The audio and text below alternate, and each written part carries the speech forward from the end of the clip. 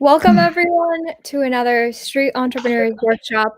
Today, we are going to listen, observe, and do discovering your customer.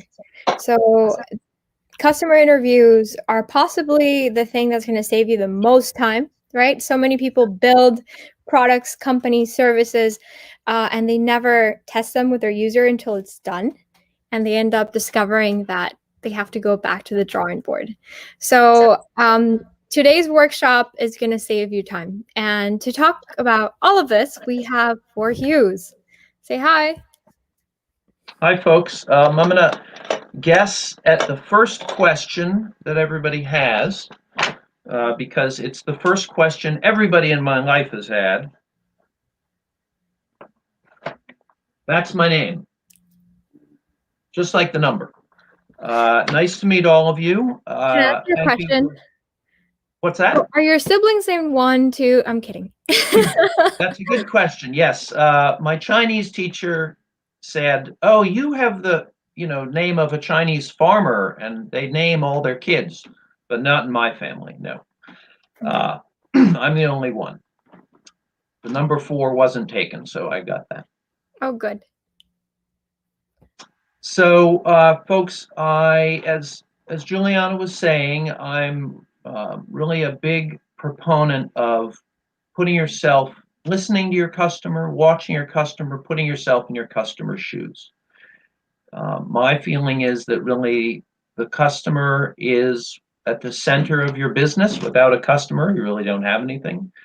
And while you come to your customers, to your market and to your business with great ideas and a lot of energy and willingness to jump off a cliff, so to speak, um, and those are all really key traits to have. It's important to remember who's on the other side and either literally and figuratively bring them in, because they will really, I found in the businesses that I've worked with, they in a real sense will guide you to what they value, which then is the value that you can offer and make a business out of that. I understand that, or Juliana characterized to me that many of you are in, I guess, what she called handcrafts. And I'm really excited to be talking to you in that case. But I'm here for all of you. There's can be such an intimacy with handmade things or handmade services, and I think that can often be a door opener for you to really connect with your customer and make the connection that will encourage them to give you feedback and share with them what's important to them. So I would say that's a real strength for those of you who are in that position. So I try to keep this pretty, I think there's not any kind of arcane special techniques, really. A lot of this is common sense. And if people are working in digital businesses, which so many entrepreneurs are now of all sizes, there certainly are ways you have to get across that digital bridge, maybe through the screen to your real customer. If that's not the kind of business you're in, if it's retail, if it's more face-to-face, to the degree we can do that right now, I think it's the common sense, really comes to the forefront. So listen, observe, do are really the watchwords. Now, I'm going to do a little bit of, just a side note, I'm going to do a little bit of sketching as I go, and that's hopefully to help communicate or reinforce what I'm talking about. And if you'd like to, sketch and draw and doodle along with us, I absolutely encourage that. Just, grab some scrap paper or maybe some Xerox paper or frankly, you can just rip open what I love to do with kids is, and really works for everybody, is I rip open a bunch of brown paper shopping bags, and then just some brown paper you can mess around with and get a marker or crayon or anyway. So the point really is visualizing, thinking with your hands, kind of thinking out loud with yourself, if that's convenient for you to do during this hour, and something you can follow up with too. And Juliana may be doing a little bit of that with us on the screen. So I'm going to make some assumptions as I go because I'm not hearing from you all directly. So bear with me if sometimes I'm a little bit off target for you, but there's also a chance for you to give us feedback, and I'd love to hear, your questions and the specifics about your business. Definitely want to do that. I And think, or just so you know, yep, so we have cohorts that are in consulting, in technology, content creation, lifestyle kind of businesses, whose main focus is flexibility, our flexibility, creative enterprises. Um, there's a lot of entrepreneurs okay, that are actually like also content like producers like singers and so on, okay, good, handmade products, product companies, and brick and mortars, right? okay, But all right, this workshop is really designed for handmade products. okay, very good. Thank you. That's very helpful. So I'm making a few assumptions, so bear with me. Uh, so I think, there's a big part of a business is communicating in a sense of mass communication, and hopefully in a one-to-one way. And there's communication, like I'm doing right now, and there's all the non-verbal parts of communication. There's your brand, which has maybe a visual component, the tone of voice in which you write, packaging, to as your retail location, who you affiliate with, if you're in a kind of a joint marketing arrangement. Um, Sometimes, the user or the end user of our business is not the person who pays for it. So children's products is one good example of that. In consulting, which I have some personal experience in, the person who you're consulting with may not be the person who's approving that consulting project. So we just have to recognize the richness, the complexity, sometimes the indirectness of our relationship with the person who's using the product.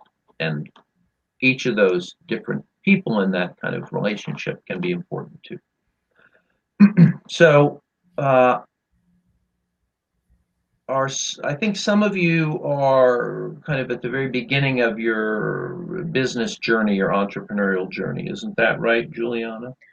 So we have people at all stages. So we have people who are curious, concept, operating pre-revenue, operating, sustaining, and scaling. Okay. But this workshop is really for people that are concept stage to operating, maybe some revenue, but Mhm. not scaled. Okay. All right. So I would say that sounds like a point in the journey where getting to know the customer is especially powerful. It's a time when you may still be shaping your product or your business model or your pricing or things like that, maybe for the first time or still some early iteration. So let me say that really um, anything, all parts of your business, I would say, can be enriched, can be influenced, can be informed by your customer. So while in a sense, if you have a product, that may be how your customer thinks of your business. I got this thing from this business. Um, Keep in mind that there are other parts of the business which customers may experience, and also in sort of inside your business, there are decisions you make that influence the contact you have with customers and the kind of presentation you make. So when we talk about customer discovery, we are usually looking mainly at product questions, but you can also find ways that what you hear from your customers can help you think about other parts of the business process. Um, so I want to raise that in case you hadn't been aware of that already. So there's a lot of, so listening. Okay. So there are different ways to listen, I would say, and there's what we do every day when we're in, communication and relationship with people, and we really are listening to what they're saying. And there's also more structured listening, of course, when maybe you're trying to elicit something from your customer. And I was just talking to someone yesterday about this. I found that often the business person, the entrepreneur, that craft maker uh, will step into a conversation or initiate a conversation, and it can sort of trail off because maybe the customer isn't sure where you're coming from. So I find that if you can focus around something in their life, then you will hear from their perspective, and then you can tie that into your business. So just to take an example, if you were producing a kind of healthy house cleaning product, you could explore how they live, who's in their household or in their family, what their health. You have to be careful about privacy and boundaries and things, but you can ask them if they have sensitivities that are important to them to keep in mind, or if they have a certain routine that's part of how they keep house. And this way, you're really listening to what's interesting to them. And that can build some trust, and it can help them feel like they're seen by you, really, and they're not just someone you want to squeeze a little bit of information out of so you can go back to headquarters. Then as you listen, I imagine and I see in many cases the entrepreneur sees places in the conversation to bring more specifics of their business into the conversation. And this is good because it can start to make a concrete connection between your business and their life and their needs. So it's not too kind of abstract or kind of all over the map. At the same time, it's important to be sensitive that it's easy to get into a kind of interrogation of your customer, which I think I feel safe saying, nobody really wants to be interrogated, and all the connotations about that. So in customer discovery, we talk about, and this may be something that you've worked with Juliana's program already, we talk about open-ended questions and closed-ended questions. And open-ended questions, we find, draw out the real answers, the real feelings from people. Whereas closed-ended questions, which I'll talk about the definition a little bit more, can lead to the conversation or the thread of the conversation kind of coming to an end, and then you're kind of staring there looking at each other and can begin to disengage. So a closed-ended question is one where there are some specific answers that your question implies. And so once that question is answered, kind of done. Whereas an open-ended question provokes a response from the other person to take a direction or take an angle that they want to talk about. So, for example, if I was at handmade window blinds that I was offering, a closed-ended question would be, do you have windows that open in your house? Yes, I do have windows in my open. Okay. So you can check that box, but the other person is not really encouraged to share more. They've answered your question, they're kind of done. Do you decorate your house, including painting, or do you use wallpaper? Oh, we use wallpaper. There you're kind of done. An open-ended question, for example, would be, what do you find are the ways that you, let's say, in your friends' homes, what do you find are the ways that they enliven their home, make it feel warm and special in their decoration? So this could go in any direction. And then you could ask them, you could listen to that and then find a way to ask them about something maybe in their own home. So then you could be talking about sunlight, you could be talking about drapes, you could be talking about tchotchkes, you could be talking about, things that can be cleaned up when kids draw on them, things that block out the light, all sorts of, who knows really. And that's a great position to be in, where you're there listening to their reality, which is very different from bringing a rather fixed frame of expectations to the conversation, which you're hoping the customer will fit inside of. Okay, so this is very simple, but we'll just do a little visualization here. And as it happens, we're talking about windows and a frame of one kind.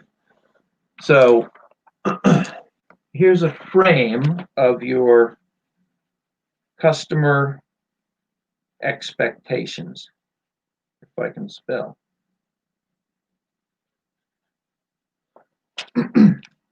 But your customer could be out here, could be out here. Who knows what their world is? Will, your customer be at the center of this frame? I think the chances are not. So what you need to do in your customer discovery is broaden this frame to include more of the world of your customer. And you could say, move the frame to where they are, to show them that they are what's interesting and they are what you want to discover. Can you talk a little bit more about the frame? What do you Sure. mean by moving the frame? Sure. So, hang on, folks. Arts and crafts. So, imagine a friend of yours asked you about your business, and you tell them what you make and who it's for and so forth. So that would be a kind of an example of the frame of mind that you have about your business. Now, your customers have their own frame of reference, their life, their needs, what's important to them. And it's important to see that, to look for that, to see that, to value that, and to have a mindset where that's what you want to learn from. Okay. I think I can do this here.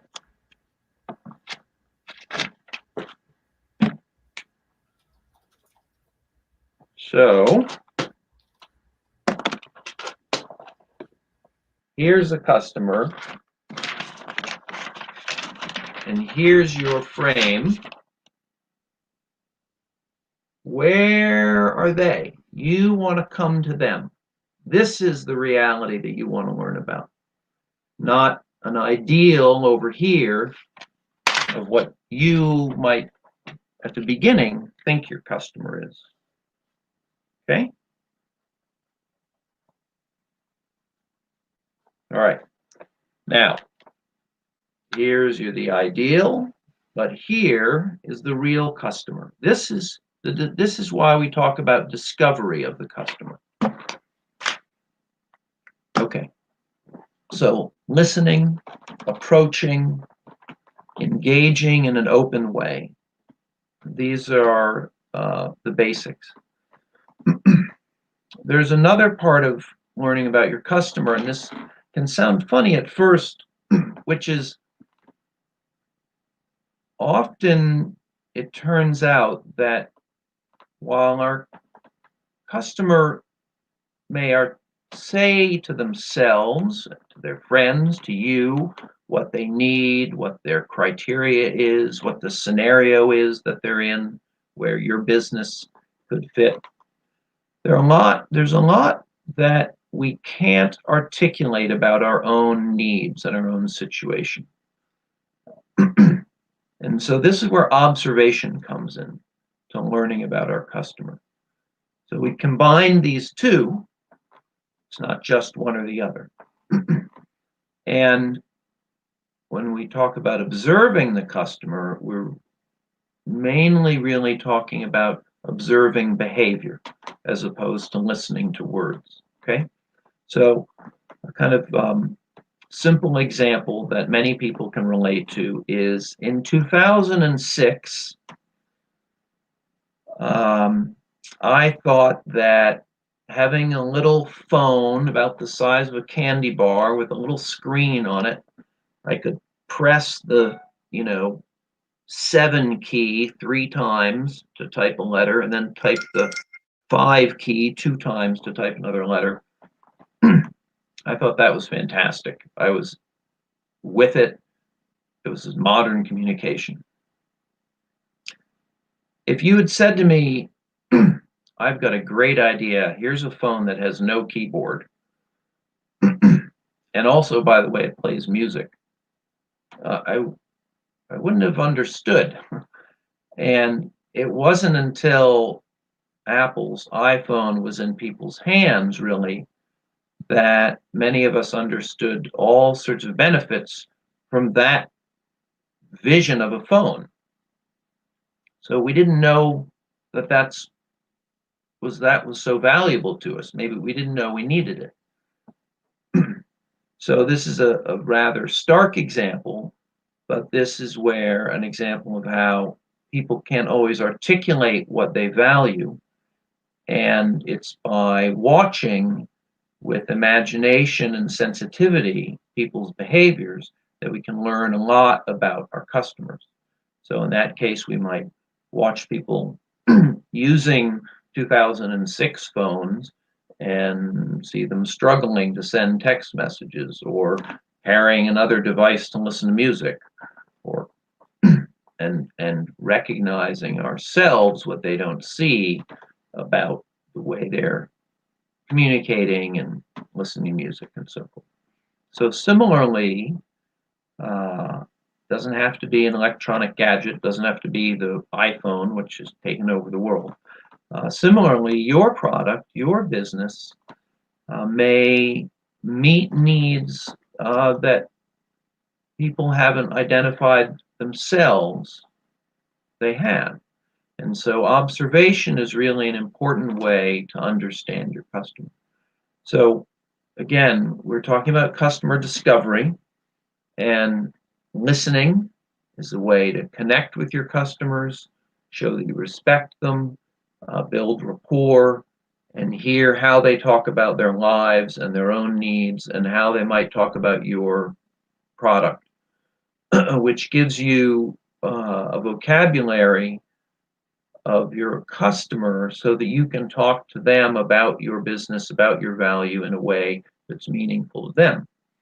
Observing is a different kind of customer discovery activity where you can see how they live, perhaps identify needs by seeing the way they do meet their needs or by recognizing needs that they aren't able to meet them already, and figuring out how your product can be designed, can be imagined to meet those needs. When we put these two together, we can get a very powerful, very many dimensional picture of our customer in terms of their needs and their limitations and their criteria and the scenario where our product could play a part in their lives.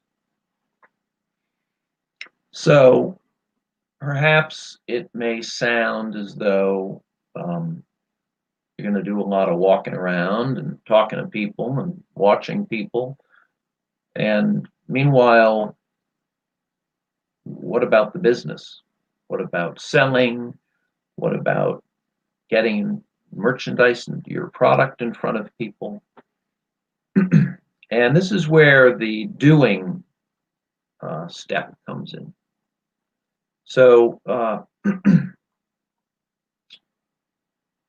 simple observing is very powerful and great and inexpensive and something we can do anytime. And conversations are very important and a great way to make yourself known and learn about your customer and learn how they talk about things as well.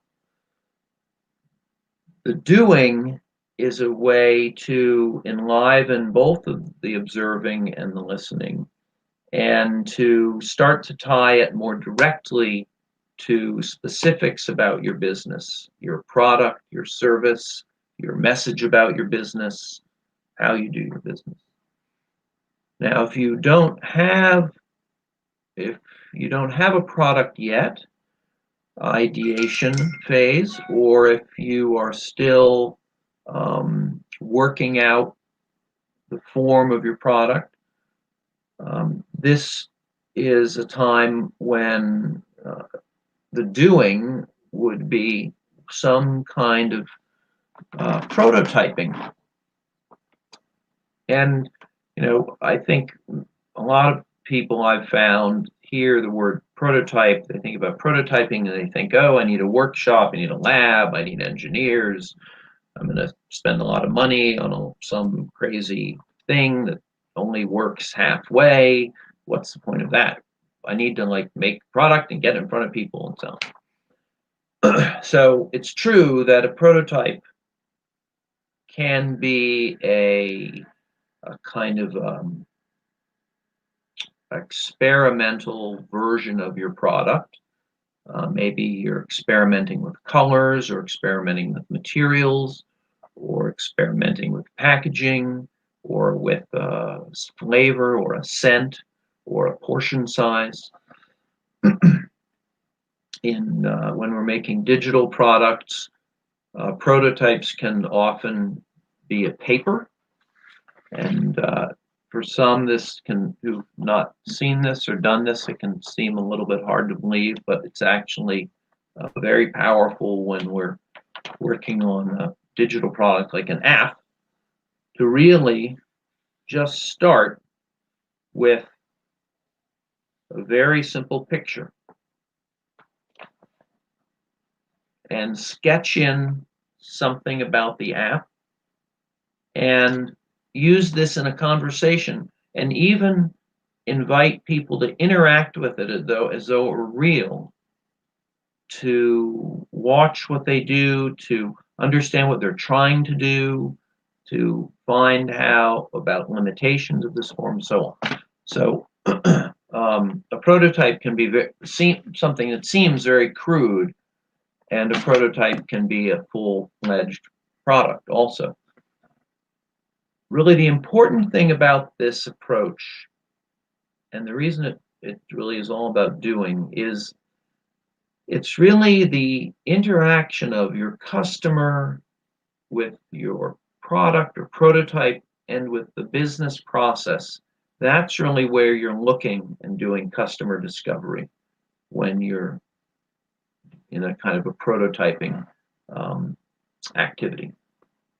So while you may use something very crude, or you may use a full-fledged product, which you're still looking to improve, it's the observing of how the person interacts with you and your product. It's listening to what they have to say about their needs or about using the product. That's really where the discovery happens. So it isn't necessarily the case that a prototype is kind of a half-finished thing or kind of a, put together with a glue gun kind of temporary version of your product. It's really that attitude of discovering how well you are fitting in with the needs of your customers that's so valuable about putting something in their hands for them to interact with, maybe to use, to talk about with you, to talk about with a number of people if you bring a group of people together. So this is really the doing of listening, observing, and doing. It looks as though we're about 35 minutes in, and I think we're expecting to get a bunch of questions from folks and field those questions in a few minutes.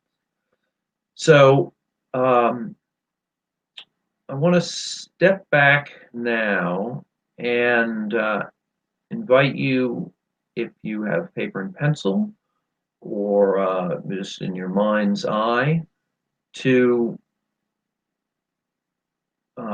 try to visualize some of these approaches that we've talked about and we'll elaborate a little bit more. So just to reinforce, we've got listen, observe, and do. Pretty clear. Oops.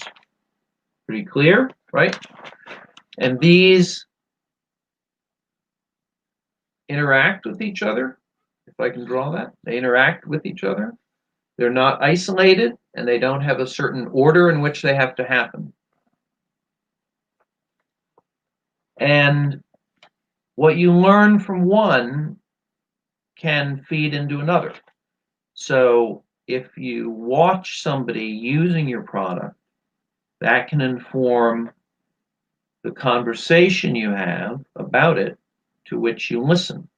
If you observe somebody's life to understand what their needs are, that can then, what you learn can be brought into how you bring a product bring a product to them and see them doing with your product.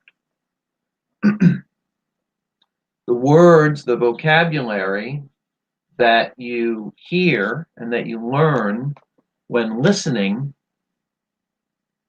can be brought into the doing as you talk with them or listen to how they talk about using your product. Now, so I think one important thing I want to emphasize here, which we can do very easily visually, is that the discovery process is not a straight line. It circles like this. It will circle like this. They'll feed to each other. So this is not something where you start and you go like this and you get to an answer. The answers come to the surface at these different points, and then you are adding them together. Richer and richer understanding of your customer, and therefore understanding of what value they need. A second point to make is that this discovery, we often talk about it as a phase. Well, we've got to discover more about the customer, then we'll know what they need. And it can sound as though it comes to an end and then you're off and running with your business. But the reality is, and I think in retail, this is especially obvious, and we see it as consumers ourselves, that the discovery process is ongoing.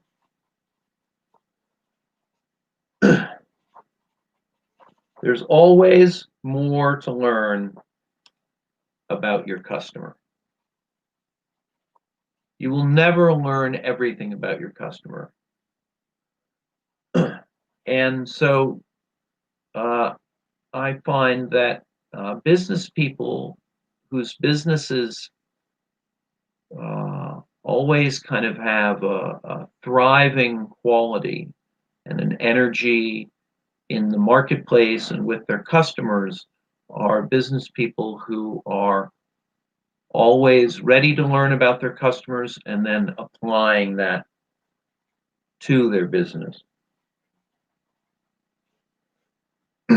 Always more to learn. Discovery is ongoing.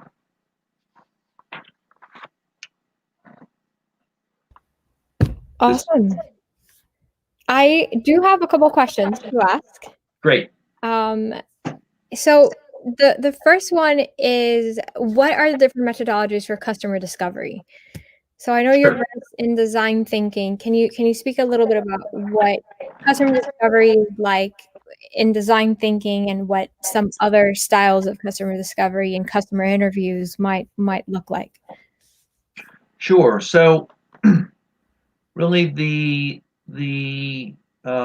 real value of design thinking, I would say, is that it really puts the customer and the user in the center. It really orients everything around that in a very explicit way. It's kind of a method to encourage you, you could even say to force you to look at your business or your product or your idea from the point of view of the customer. So as you can imagine, I'm a big fan of that. Design thinking activities are often rather intensive, and they're not something that happens briefly or quickly. It's not something you do with 100 or 1,000 or 1,000,000 people at a time. And so it's very powerful, and it can be complemented by all sorts of other kinds of discovery. So just to take something very simple, I mean, surveying customers, surveying people is a great customer discovery activity. The key that makes it valuable for customer discovery is how you engage with the customer in that survey. So remember, you really want to hear from them. Not so much, I have 17 questions I need answers to, but what's on their mind.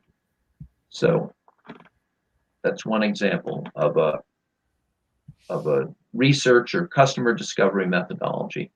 So interviewing people face to face, surveying people face to face, or through, Twitter or through postcards, are just for example, are two others. Giving away a product or a sample as a way to learn from your customers, is a way you can reach some more people, perhaps inexpensively. A trial use of a product can be a kind of a customer discovery activity.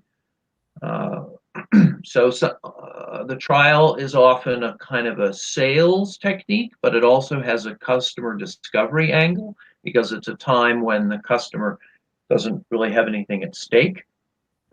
And so if they're interested enough to participate in a trial, then you're in a position where you can, hear why they came, what they hope to get out of it, what they're looking for. I find that we often think that the trial's coming to an end and then it's over, buddy, and you got to decide you're going to buy or not. But really, that's arbitrary. So, just to use this example a little bit more, trial can be extended if it turns out that it's a very valuable way to learn from that customer or from a number of customers. So, this kind of hunger for knowledge about your customer that's behind your methods is really key. Not to be too stuck in a kind of a formal, well, we're doing this way. If we haven't learned enough by now, I guess that's too bad. We have to try a different method. You really need flexibility to connect, to observe, to learn, to get value. So here's another question. What are some creative ways you can observe customer behavior? And it Okay. sounds a little sketchy. Okay. Right. So stalking is out. I hope that's clear to everybody. So it really depends a lot on the product. And so if there's a way we can learn more about the Let me give context you of some this person's. examples. Yeah. So let's say you are thinking of starting a coffee shop. How might you observe customers? Okay, great. So I would say be a customer. Go to other coffee shops. Coffee shops you hope to be like. Coffee shops you never want to be mistaken for. But coffee might be a kind of social activity. It might be a kind of a snack. It might be a kind of a work break. So there are other kinds of snacking and work breaks and social activities that you can observe where coffee isn't involved, but where you're learning about socializing or socializing with food or packaging or portion sizes of snacks or how people, you've got this liquid in a cup and then you're leaving the coffee shop. So how do you negotiate? How do you make that work? So that could be true with soups. That could be true with other kinds of foods. Okay, so let's say you're making bags, right? You're Okay, making beautiful leather bags. great. So so off the top of my head, I would be interested in learning what it is about leather that is important to people. I would watch people in public using bags of all different kinds.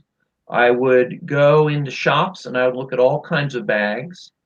I would read reviews of all different kinds of luggage and different kinds of bags to see the different ways people look at bags and carrying and doing chores with bags and things like that. What would you So, look for? sure. So,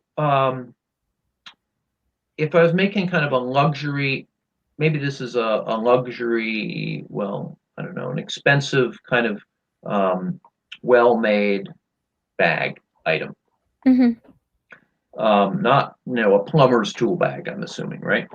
Yeah. So I might go into a store that had leather goods, jackets, bags, shoes, and just examine what are the different kinds of finishes, what are different colors, what are the aromas, what are my own feelings about these things. Can I engage with people I know, which may be, feel a lot more comfortable for kind of asking these kind of questions.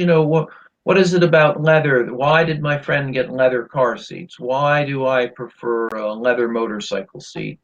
Why do I have a leather ball cap instead of a plastic, kind of trucker's style cap? Leather gloves versus synthetic gloves. Can we do And an example of an interview? What might a user interview look like if you have a leather goods bag company? Okay, sure. So the context is a lot of it, but for simplicity's sake, let's say I can I'm be the engaged. customer if you want. I can Okay, pretend to be a shopper. sure. So let's say I'm setting it up so that we're on the sidewalk, we're on the street, and I'm noticing people who have leather goods. Maybe it's a shopping area. Maybe people are going in and coming out of stores. So they're kind of open to talking about what they prefer and why they buy things. So I would have a kind of a script for how to engage with someone initially. I'm going to skip over that part. And let's say you have leather gloves, or so, you Mhm. know, I'd love to ask you for a few minutes of your time to learn a little bit about, your preferences for accessories. I'm in the accessory business, and I'm exploring, what kind. I'm in a hurry. How Sure. long will this take? It'll only take a moment. I'd love to ask you one or two questions. I'd Okay. love to hear a little bit. So, I stopped to talk to you because I noticed you have a lovely pair of leather gloves, and how did you choose Thank them? you. Why those? So they're actually not leather. They're pineapple leather. Vegan. They're vegan. Yeah. And was it hard for you to make that choice, or were you? Um, no, I have a friend who is developing sustainable materials at a lab. And I just wanted to try it on, but I'm not a vegan. I do have leather goods. Oh, interesting. So I think in this kind of scenario, that would be about it. Now, there's a lot more to get into there, but if you push someone to try to fit more questions in, they can start to, shut down or just kind of say anything to get out of the conversation. So better to have a real exchange that's short and go on to somebody else. Okay. Um, So now now, let's say that the person didn't say I'm in a hurry, but they just said, "Yes, I have time, and I love that you complimented me on my gloves. Thank you for noticing." Would you then go ahead and ask more questions? sure. So um, whether it's pineapple leather or mushroom leather or animal leather, a lot of what makes one pair of gloves different from another is the details. What drew you to these gloves in particular? Would you have considered buying them? Did you look at different styles? What made these stand out for you? They seemed like they were just the thing.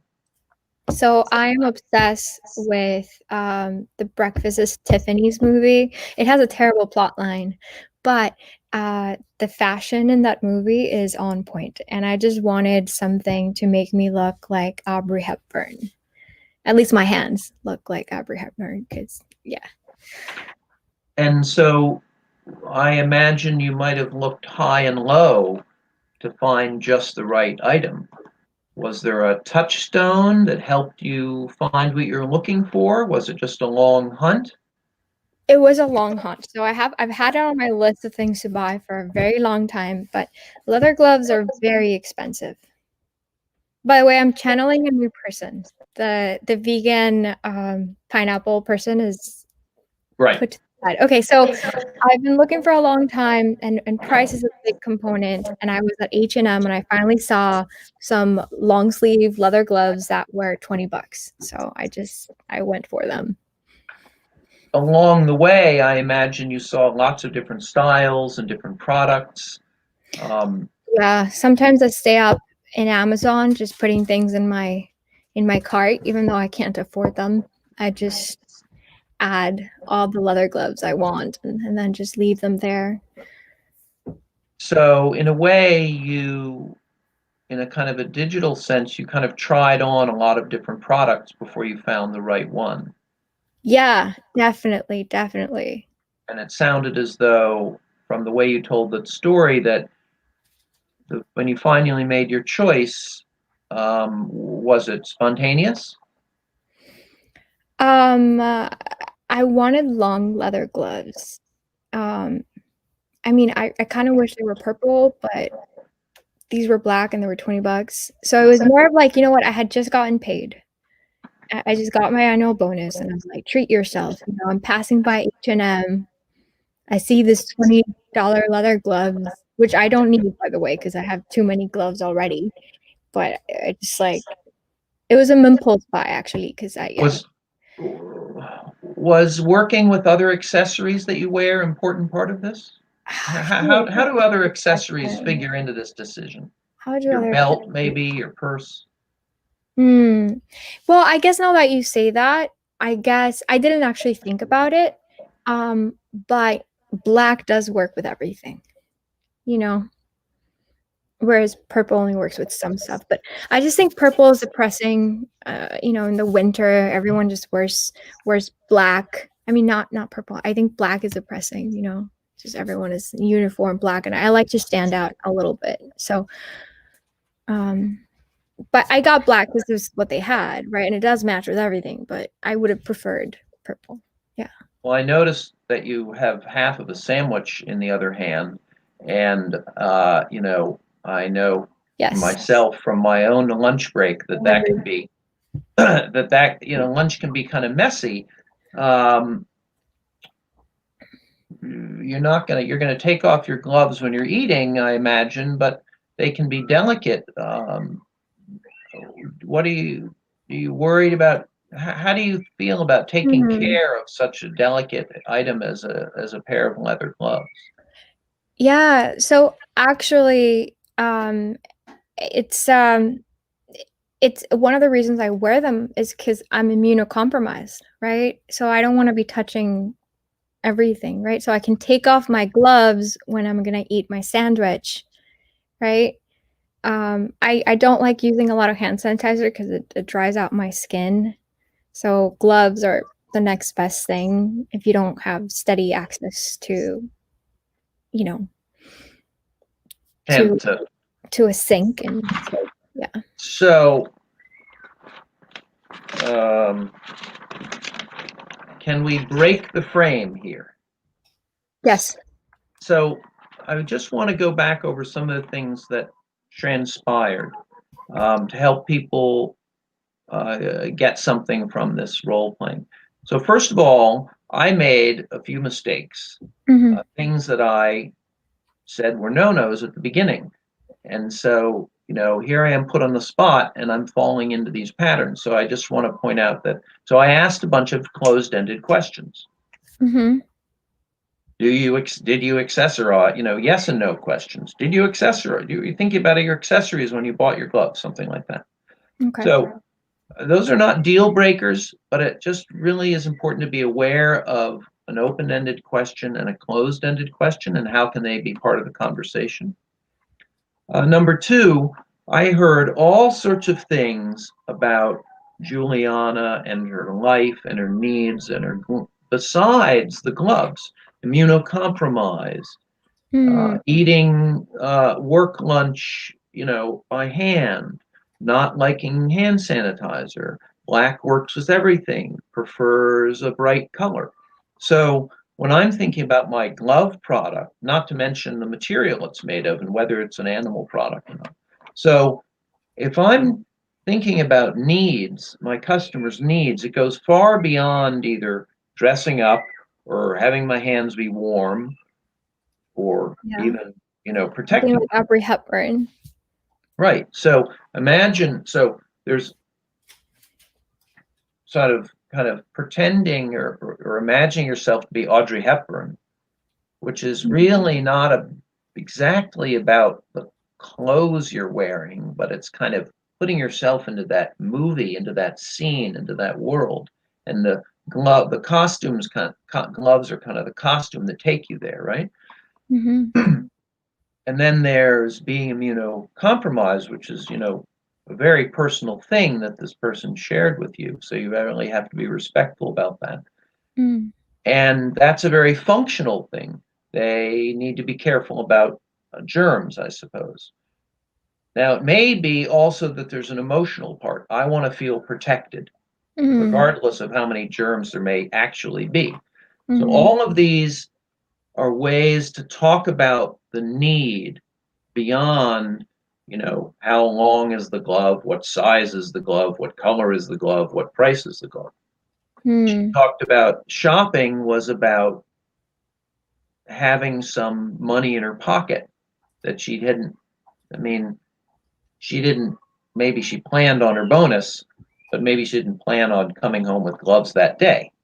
Mm-hmm. So the product is not only the glove, the product is how available it is, which is part of about price. It's part about what stores it's in. It's part about what sizes it comes in. Now, you may be able to produce a lot of black gloves less expensively than you can produce the same amount of gloves in 5 colors. So maybe afford being able to make a glove profitably in one color is a way to get it out into the market where you can't really afford to make it in 5 colors. So that's the kind of how to meet your customer's need. If you can't afford to make them, it doesn't matter what a great product it is. So the kind of manufacturing cost and the cost versus profit is part of meeting the customer's need in a way. So pricing, lifestyle, and sort of aspirations, health, emotional kind of state. These are all aspects that we learned about in this exchange when we thought we were there to like find out about gloves. So we found about that person's world, and then we try to bring this into the business, whether to the product directly, what color or what material or what fit, or in terms of the pricing or the marketing, the images that we use to market. So it's almost like you are looking at the gloves from an anthropological perspective too. Like That's why a great, yep. like why a glove? You know?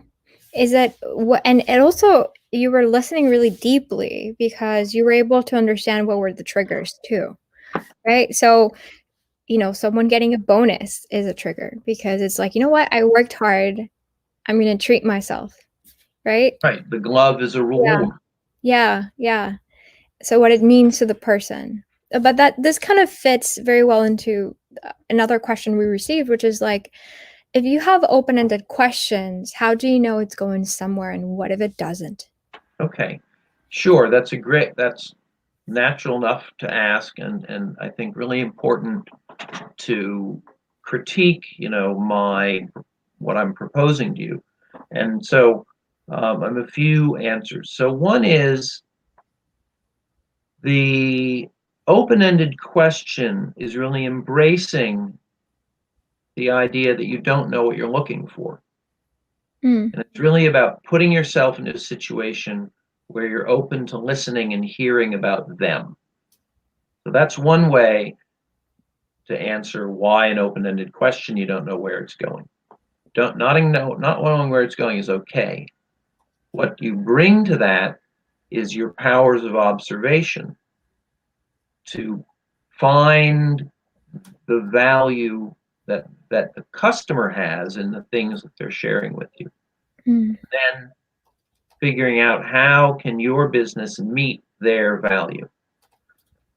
Now, it's also the case that your conversation is way off in the left field. mhm, So there is an art to the to the to engaging with customers, to listening, to open-ended questions, and it's really something that you get better with practice. Um, and so I would say, you have one conversation and you feel like, well, I don't know if that really amounted to anything, and it kind of went off in some direction. I didn't understand where we're going or why. Okay, go to another question. You bring that, you learn from that into your next question. So maybe we could step back and recognize that while we are putting ourselves in front of, in the case of these conversations, individuals one at a time, we need to do that a lot And that gives us a lot of richness, and also we practice and we get better and better. And the same is true with surveys. You do a Mm. survey, not get great results, then you look at how you wrote the survey and you play with that. Too many questions, the wrong order, the vocabulary wasn't the customer's vocabulary. So whether it's an actual conversation or another kind of reaching out to your customer, practice is a big part of it. So this is really all of this all of these are learning, um, really learning activities. Yeah, I hear people lie on surveys quite often. I'm sorry, you what? I hear people lie on surveys quite often. Yes. So Yeah. observing is always better. How can you, quote unquote, not spy, but let's say maybe you are a landscaping company, right? Is there a way you can sit outside and observe how people use outdoor space before you build? Sure. So just off the top of my head, we can start in public spaces, parks, for example. And you could even, I find that if I put myself, the more I can put myself in the shoes of the people I want to learn from, the more tuned in I am to where they're sort of coming from.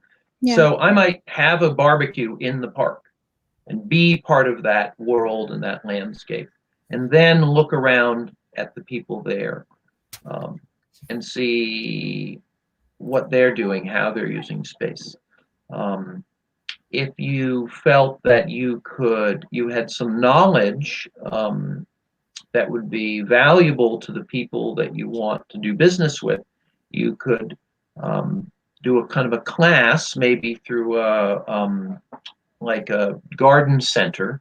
Mm. Okay, and you could talk about potting soils, or um, how to use sod, or different Is kinds of there rakes. I mean, in a sense, the subject isn't so important.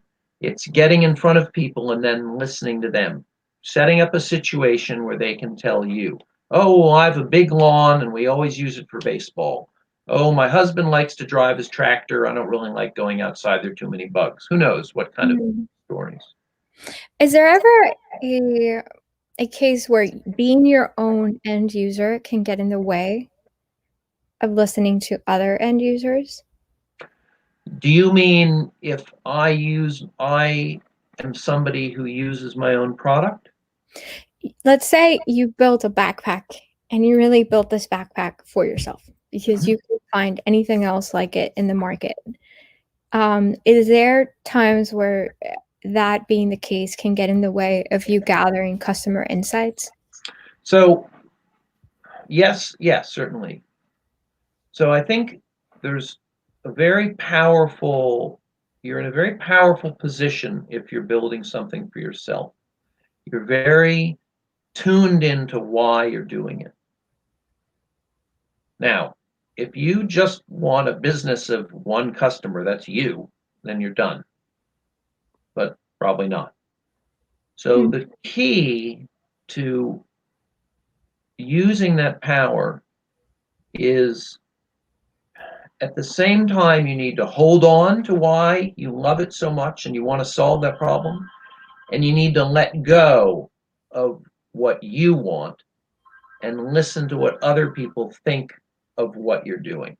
Mm. So ultimately, you need to put your the things that are important to you, in a way you need to put them second, so that you will care about all the other people who could be your customers.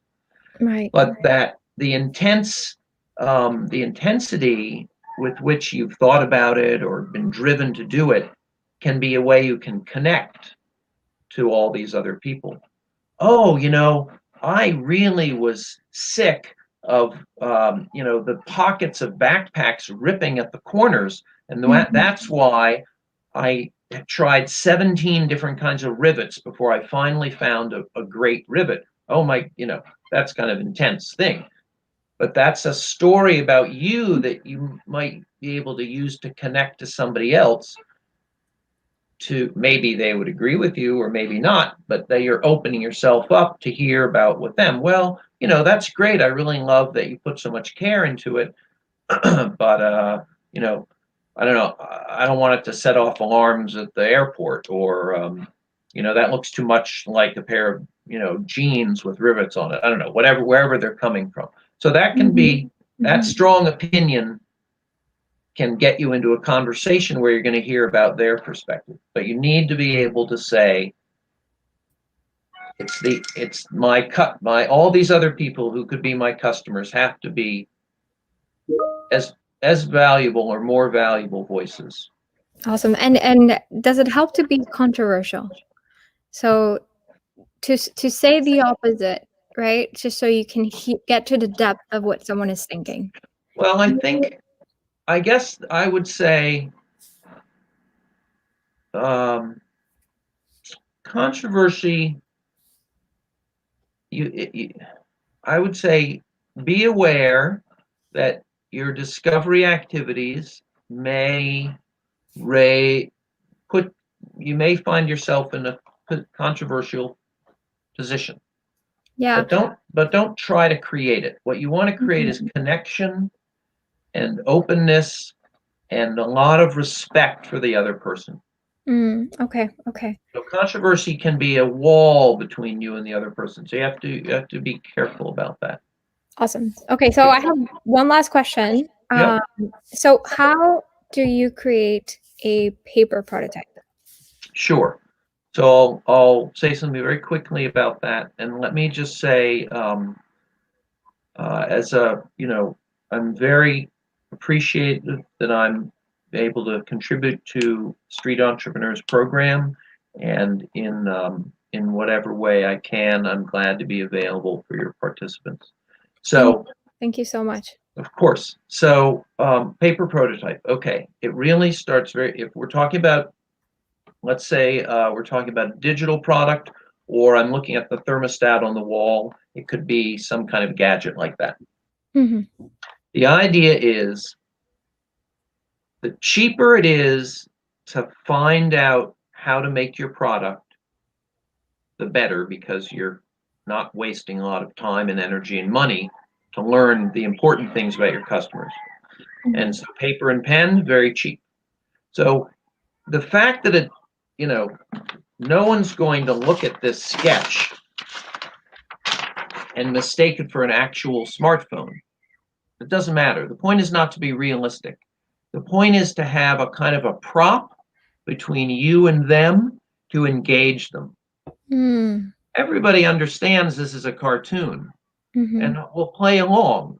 There's no, you're not saying to them, I have a real phone for you, I want you to try. So first you have to recognize that's kind of the game of the interaction.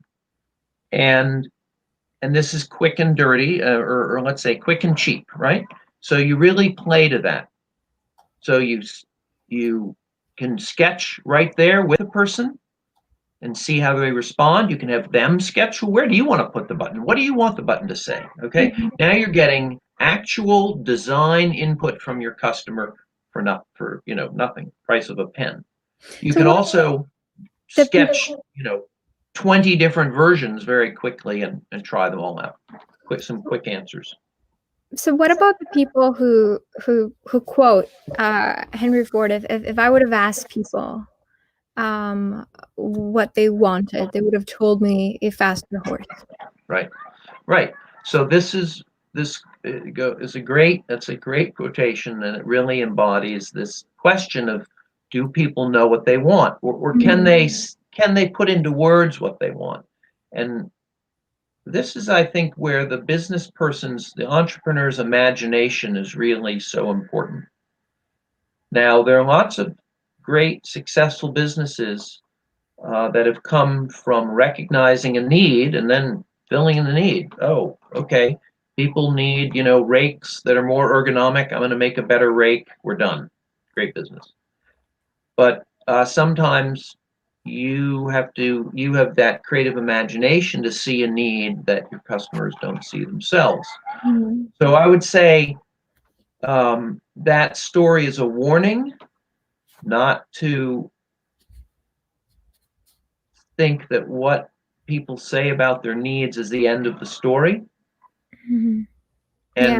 And also it's a message to be bold as a entrepreneur, as a business person, and to go beyond, what may seem like to everybody else to be obvious. Oh, everybody wants a faster horse. No, I see something different. Yeah, yeah. And I guess if I can add to that, I think there's so much behavior that is subconscious. Oh, absolutely. I saw this poster once, and it was like it talked about regular design versus design thinking, right? And regular design, um, watch people's walking patterns and then build the sidewalks to match those walking patterns, right? Traditional design built the walking parties with the walking patterns and the sidewalks without ever observing people's walking patterns, right? So I think like if you ask someone, okay, how are you going to walk from here to there? They might say like, okay, well, I might go here and there. But if you just watch them, right? The desire to cut through the grass might be so strong and so subconscious that they do it anyway. So you might as well just build the sidewalk across the grass because people are gonna cut through, right? I really enjoyed the role playing exercise because of that, right? So um, this woman bought these gloves because she felt like she deserved them, right? She was treating herself, right? Um, She wanted to look like Audrey Hepburn, right? Why? Why does she wanna look like Audrey Hepburn? Um, oh, she also wanted to feel protected from germs, whether really, like, scientifically or just the feeling of protection, right? Um, I think in a nutshell, that's kinda what this workshop is about you putting yourself in the shoes of your customers, walking, talking like them, and putting aside the assumptions you've made about them and what you think your customers want, feel, right? And rather just listening to Right. what they want and feel. So, because even those conversations that don't point you in the direction to what you want tell you a lot, right? So, this woman didn't answer the question about leather gloves, but she told you she thought it was cool that there were alternative leather sources. That gives you a lot to go on to. So I think with that, I wanna thank you so much for being here. Glad to be part of it. I think this is a very, very important topic. Is there any final thoughts you wanna add?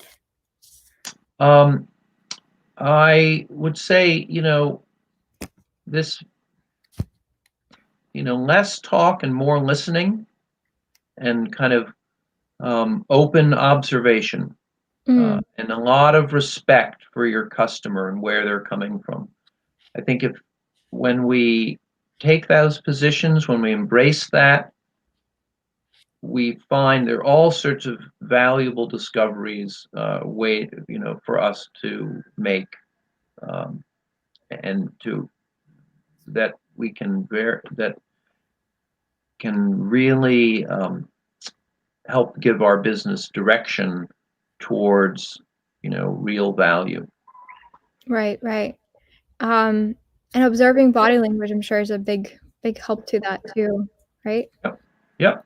Yeah. And body language, tone, where people are looking, how comfortable they are, um, whether they speak of themselves in the first person or third person.